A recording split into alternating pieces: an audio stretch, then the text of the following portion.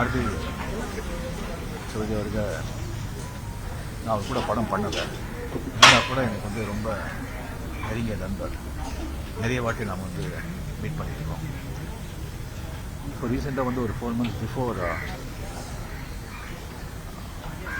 ஆதித்யராம் ஸ்டூடியோவில் ஜெயலலிதா ஷூட் பண்ணிட்டு இருக்கும்போது வந்து 99 படம் எடுத்துட்டேன்.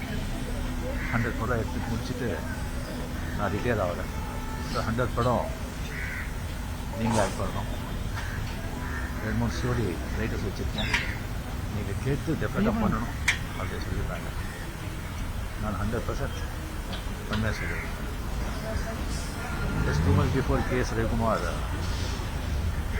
அவர் சொன்னார் வந்து அது வந்து எத்தனையோ டைரக்டர்ஸுங்க வந்து உருவாக்கியிருக்காங்க, நம்ம டைரக்டர்ஸ் எல்லாம் சேர்ந்து அவருக்கு ஒரு பெரிய விழா நடத்தணும் அப்படின்னு சொல்லியிருக்காங்க.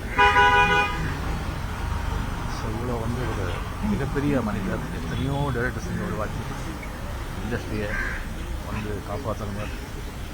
இண்டஸ்ட்ரியில் இருக்கிற எத்தனையோ டெக்னீஷியன்ஸ் வேலைக்காரங்கெல்லாம் அந்த வேலை கொடுத்தவர்.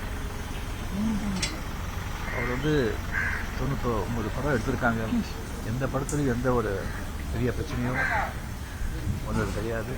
அப்படி வந்தால் கூட ஸ்ட்ரைட்டாக வந்து யார் பிரச்சனை பண்ணாங்களோ, பிரச்சனை உருவாச்சோ அவங்க வீட்டுக்கே போயிட்டு என்ன பண்ணலாம் சரி அப்படின்னு சொல்லிட்டு அவங்ககிட்டயே டைரெக்டாக இது பேசிட்டு அங்கேயே முடிச்சுட்டு ஒரு காஃபி கொடுங்க அப்படி காஃபி சாப்பிட்டு வந்துகிட்டே இருப்பார்.